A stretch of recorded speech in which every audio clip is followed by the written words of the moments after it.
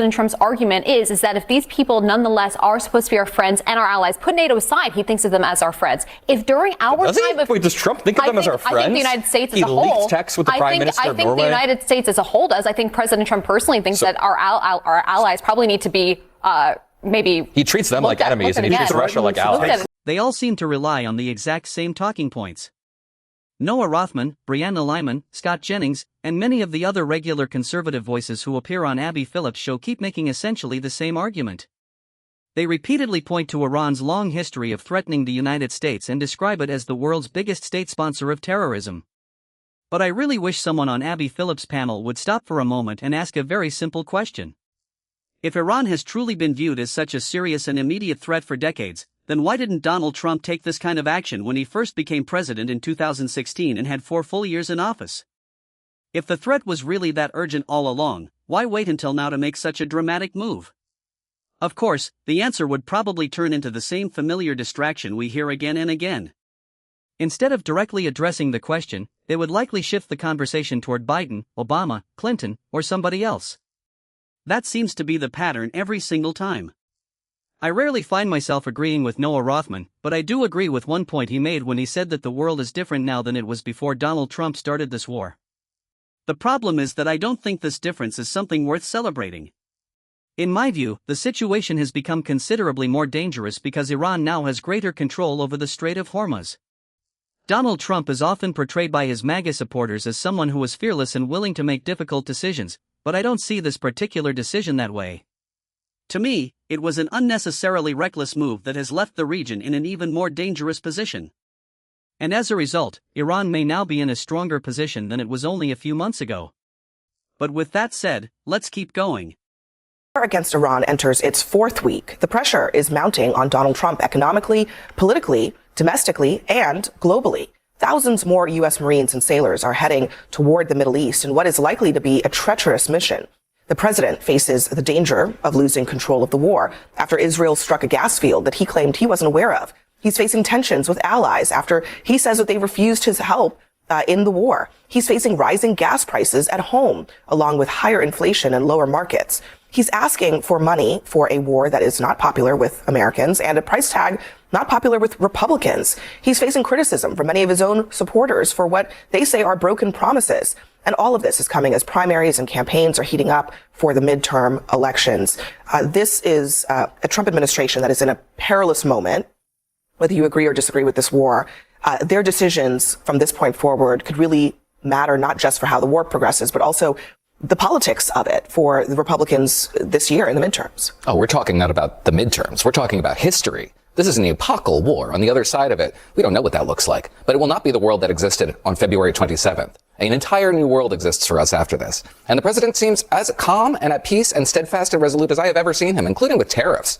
How he responded when he introduced those tariffs on Liberation Day in 2025 was very erratic. And he was easily moved by the polls and by pressure from Republicans and pressure from the markets. You think so? Oh yeah, he responded to the markets within weeks. The markets have been moving here in ways that the president has not reacted to. Okay. All right. Well, I will agree to disagree on that one. I'm not sure that he, I think he tried to stick by his guns on a lot of the tariffs, for example. But on this, I mean, you're right. It's going to be incredibly significant what he does. But every day we're getting a different story from Donald Trump about what he is doing. We're not even quite sure that Donald Trump and Israel are on the same page. It doesn't seem like it. I'm glad you brought up the tariffs as well, because when they announced the tariffs, they said this is short-term pain for long-term gain. That was like 14 months ago, 12 months ago, and we're still in the short-term pain part. When are we going to enter the long-term gain part? Because tariffs imposed a $1,000 tax on American families in 2025. Now this war is spiking the price of oil, spiking the price of gas, spiking everything, and the economy is suffering. Now we're entering week 4 of this war that Trump said would be 4 to 6 weeks, and we're sending thousands of new troops to the Middle East, meaning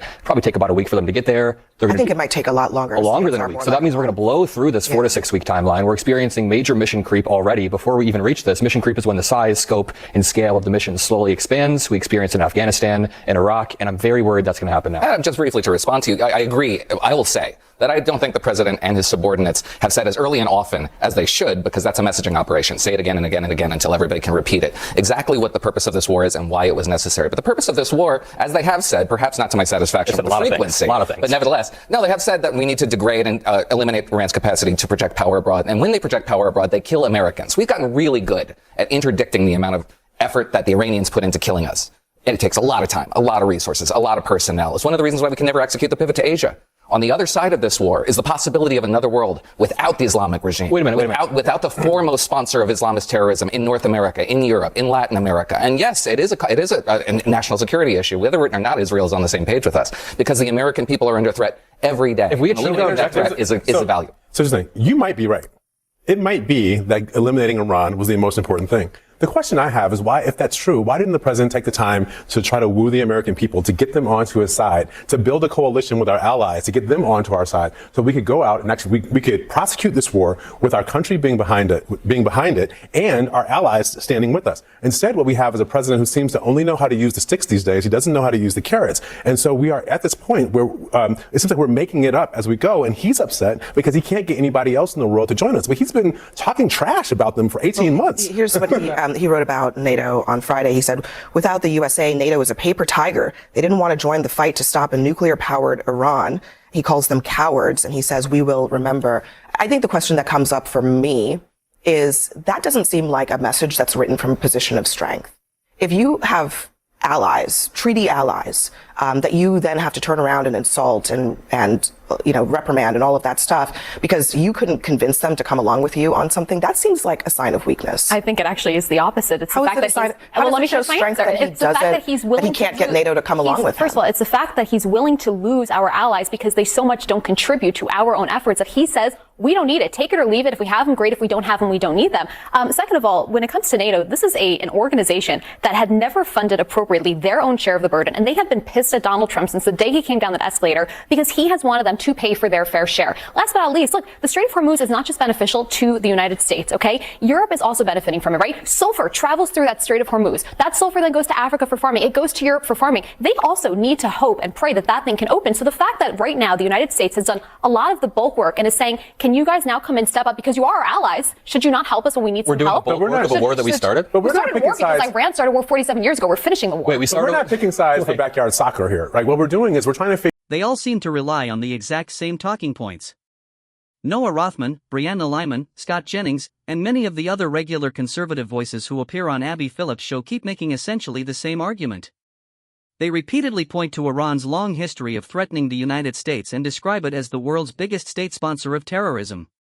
But I really wish someone on Abby Phillips' panel would stop for a moment and ask a very simple question.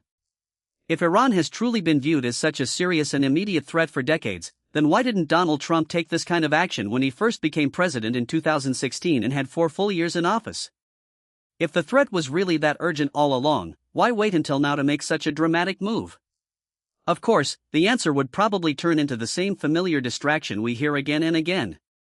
Instead of directly addressing the question, they would likely shift the conversation toward Biden, Obama, Clinton, or somebody else. That seems to be the pattern every single time.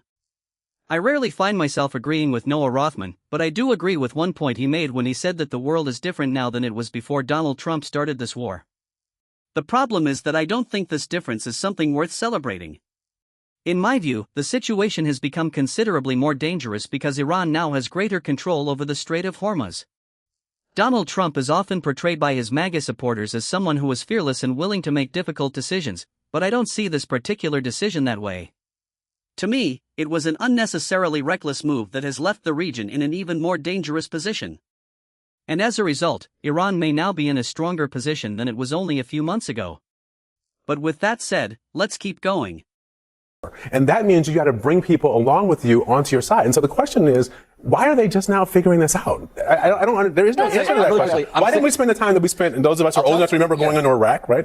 Before that, George Bush, even though I disagree with it, but he had a mounted campaign going to the United Nations, talking to the American people, stories in the newspapers. So the American public was on board with that. Coalition of the willing. I mean, look, it's been 47 years. What's a few more months getting allies on board? Well, I'll tell you, this was an emergency exigency. This wasn't an 8-month build-up. Was it? Yes, it was. Because after Midnight Hammer, We had evidence, and I think the administration Gabbard said the opposite this week that they in her had testimony. that they had evidence that they were not. She said, that they had evidence that they were not developing their nuclear program. What they have said, because they lack the resources to get that material out of the lightly irradiated tons of rubble that it's under, what they said is that they're building with more speed and alacrity than we can build interceptors, ballistic missiles. And this was an emergency buildup because of the protests in December and January. That happened out of the blue. Listen, and then we got the regime that appeared weak. That ballistic missiles alone are a justification for war with Iran is not even an argument that this administration is making. They make it all the time. They were making the case. They were making the case that Iran was a nuclear threat and that we would never let them have a nuclear weapon.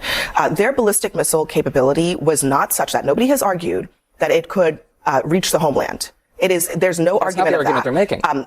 Israel has been and remains in the zone of danger. But I guess I don't know that if you were to take that to the American people and say, you know, Iran was building conventional weapons, ballistic missiles, and we need to go to war with them for the first time in 47 years, I'm not sure that would be a winning argument, which is why they weren't making it. They started making it again. Right before the war, but during the war and afterwards. And the argument is very clear that this is a missile capability that will deny us access so that we can't do another midnight hammer without experiencing unacceptable losses and maybe not achieving our mission results. The reason why this happened in 2 months is because we had a window of opportunity. The intelligence was there to hit their leadership, and we decimated their leadership. The regime was weaker than it had ever been, experiencing the worst protests they had ever seen. It wasn't an 8-month buildup, and it's looking like an exigency, an emergency contingency. Well, guess what, Noah? The outcome is pretty much the exact opposite of what we were promised. Instead of leaving the regime weaker, it appears to be in a stronger position than it has been in years. So the strategy clearly did not deliver the result its supporters kept telling us to expect. In fact, it seems to have done the complete opposite, leaving the regime with more influence and a stronger position than it had before. So yeah, that worked out exactly as planned. Oops. It is. The contradictions here are endless. So in one breath, this is a 47-year war. It's been going on for 47 years. In the next breath, there was an imminent threat coming from Iran. And then the next breath, oh, we were just trying to defang their nuclear capabilities. And then one person will say, oh, we did defang the Iranian regime. But then Trump is now mobilizing thousands of more troops. So obviously this is going to be elongated and continue to happen. Here's a timeline regarding the Strait of Hormuz as I see it, because you guys were talking about it. Donald Trump claimed that he was going to assemble a group, a coalition, if you will, of powerful countries to escort ships through the Strait of Hormuz. He then realized, oh wait, the same international community that I have been antagonizing for the past 2 years isn't going to want to go on a suicide mission through the Strait of Hormuz, which at its most narrow navigable shipping lane is 2 miles, right off the coast of Iran. They can just lob missiles over. So it's a suicide mission. He realizes, wait, they're not going to help me with that. And then the countries themselves say, we're not going to join a war we didn't even start. And then when I come on this panel, you guys are like, oh, these countries don't want to help us finish the job. They didn't start the job. They didn't start any of this. So why are they our allies? Because we are a coalition. Do they all get like veto power when President Donald Trump does? NATO is a defensive coalition meant to defend countries. Article 5 is invoked when one is attacked. Article 5 is not invoked when we attack a country. That is a fundamental axiom of NATO. Right. And I think what President Trump's argument is that if these people nonetheless are supposed to be our friends and our allies, put NATO aside, he thinks of them as our friends. If during our time of... Wait, does Trump think of them as our friends? I think the United States as a whole... He leaked texts with the Prime Minister of Norway. I think the United States as a whole does. I think President Trump personally thinks that our allies probably need to be... maybe he treats them like enemies and he treats Russia like allies. Why won't Greenland by force if necessary? Why would threaten to take property from one of our allies? You know the funniest part about it? None of our allies could do a damn thing about it if he actually took Greenland. You know what? Here's the thing. Leadership. This is a question. This is not a question of. I